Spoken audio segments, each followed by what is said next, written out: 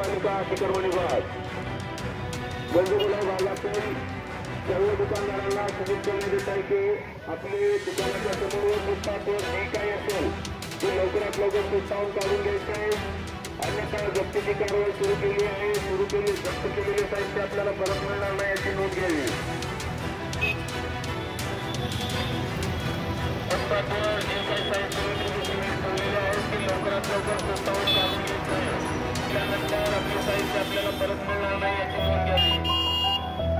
लातूर शहर महानगरपालिका अतिक्रमण विभाग गंजगोलाई भागातील सर्व दुकानदारांना सूचित करण्यात येत आहे की आपल्या दुकानाच्या समोर नाळीवर फुटपाथवर जे काही विक्रीचे साहित्य ठेवलेले आहेत ते फुटपाथून काढून घ्यायचे आहे, अन्यथा जप्तीची कारवाई होईल व जप्त केलेले साहित्य आपल्याला परत मिळणार नाही याची नोंद घ्यावी।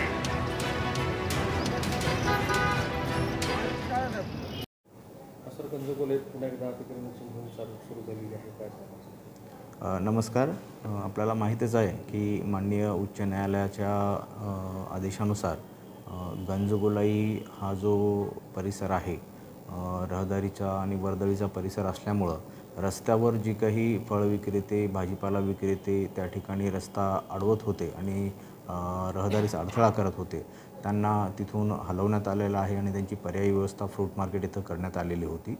तथापि सर्व हे जे काही विक्रेते यांच्यामार्फत रमजान ईद या महत्त्वाच्या सणाच्या पार्श्वभूमीवर मस्जिद रोडवर काही दिवसांसाठी त्यांना तात्पुरती व्यवसाय करण्याची मुभा देण्यात यावी अशी विनंती करण्यात आली होती।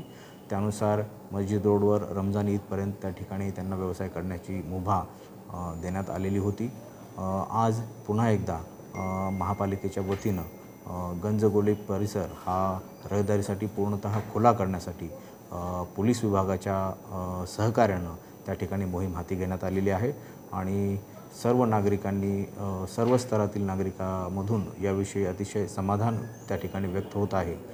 माझी सर्व फळ विक्रेते आणि भाजी विक्रेत्यांना या ठिकाणी विनंती असेल की महापालिकेनं ठरवून दिलेल्या ठिकाणी आपण आपला व्यवसाय करावा आणि रहदारीस कुठलाही अडथळा होणार नाही याची आपण स्वतः खबरदारी घ्यावी।